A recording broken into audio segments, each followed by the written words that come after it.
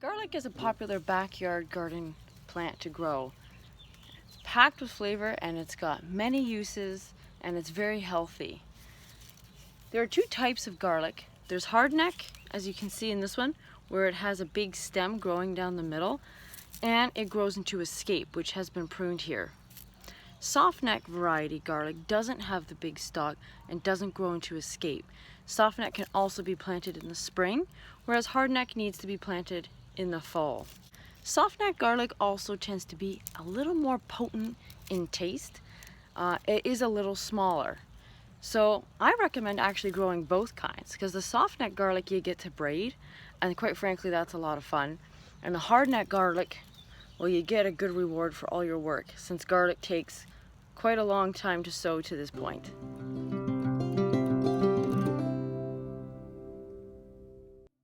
So garlic is one of those plants that you want to plant in the fall. They need a long growing period. Plant them about 6 weeks before a good hard frost is coming, and they'll need about 100 days after that in the spring to fully mature. Here are some young cloves that were planted, and as you can see, they're already beginning to sprout in the fall, and they've been mulched with some fall leaves.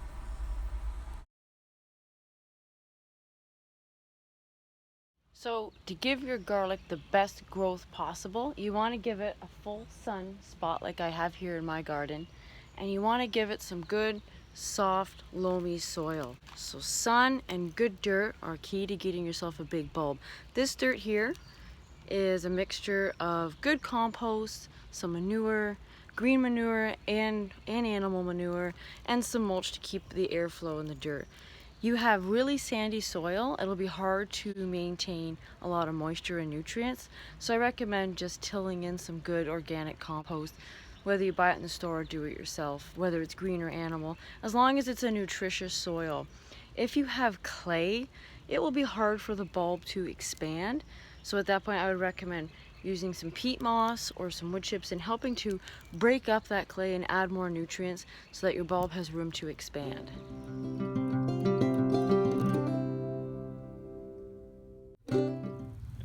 So when fall is coming and you're now ready to plant your garlic, choose the larger of the cloves. The larger clove will give you a larger bulb garlic.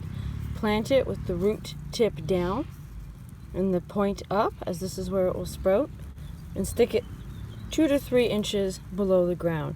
I find it's more successful with the bigger clove, just to do that extra inch by going that good 3 inches. Now you want to cover it,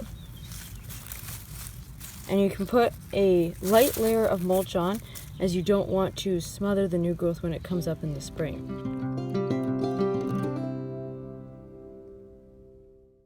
This size of garlic growing here is the right time to now dig it up and separate each one so that they may form into a clove. As you can see here with this spacing of garlic, they are several inches apart. This is an ideal growing condition to let your bulbs get nice and big.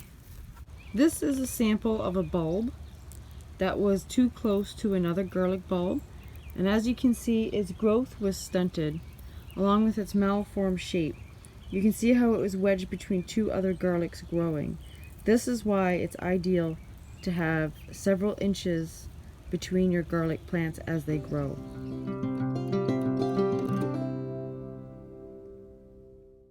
Mulching is important as it keeps out the weeds, so it's less competition for the garlic when it comes to growth and moisture.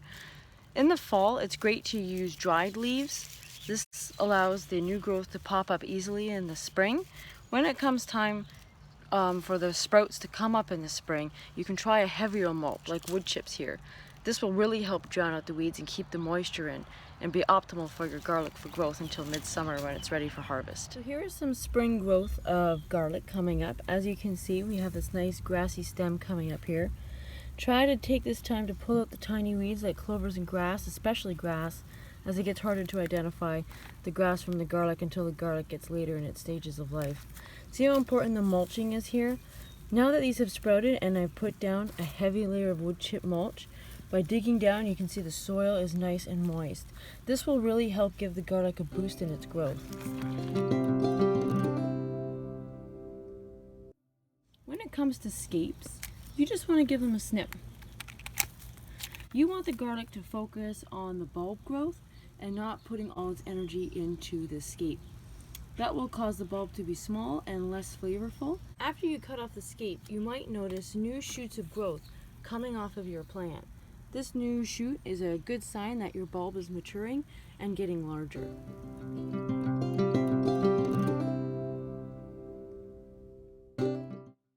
So when a couple weeks have passed after cutting the scapes and you stop watering and you get a drier soil, it actually causes the plant to help cure the bulb a little bit more.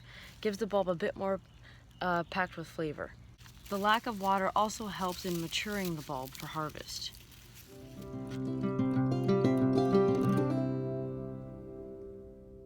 Brown. When I get 1/3 of my plant turning brown, this is the time to harvest it. If I wait too long, my bulb will become overripe and can bust out of its paper and it won't last as long in storage. If I go too early while it's still very green, then I risk the chance of not having my bulbs to be the right size. So getting the garlic just right is a bit of an art.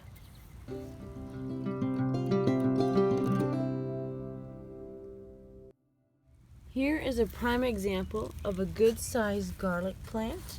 You can see the thickness, and you can see about, following this whole plant up, about 1/3 of it has gone yellow, looking at the bottom up. So you can see it's starting to yellow here, but I still have some nice green foliage at the top. Here you can see the scape has been removed. Taking a garden shovel, gently work at the dirt to get your garlic out. Be careful not to damage the bulb, as it won't store properly with any damage.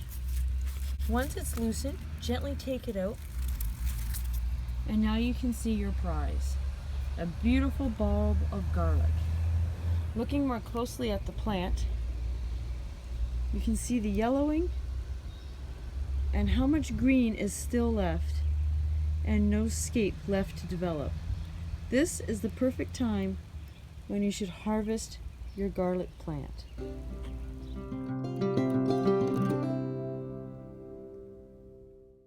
Allow adequate airflow so that the plant can cure properly while dry for its few days before it is placed indoors for proper curing.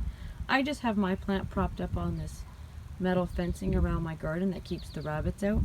But you can place yours on a screen or just on some wood, just as long as it is away from moisture.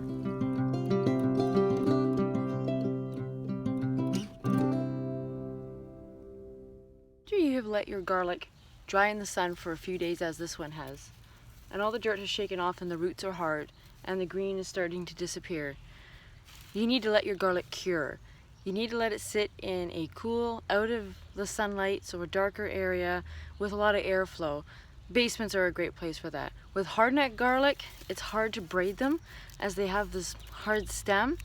So one way to dry the garlic is either putting them in a basket such as this where there's lots of airflow, or putting them on a shelf where there's lots of room in your basement. Putting them in a paper bag can be recommended once they've had a little bit longer to dry. Putting them in the paper bag too soon might cause them to go a little moldy with any moisture that's still been left in the garlic. Well, that completes my video on how to grow and harvest garlic, and I wish you the best of luck for your garden. If you liked the video, please click like, and good luck with your garlic.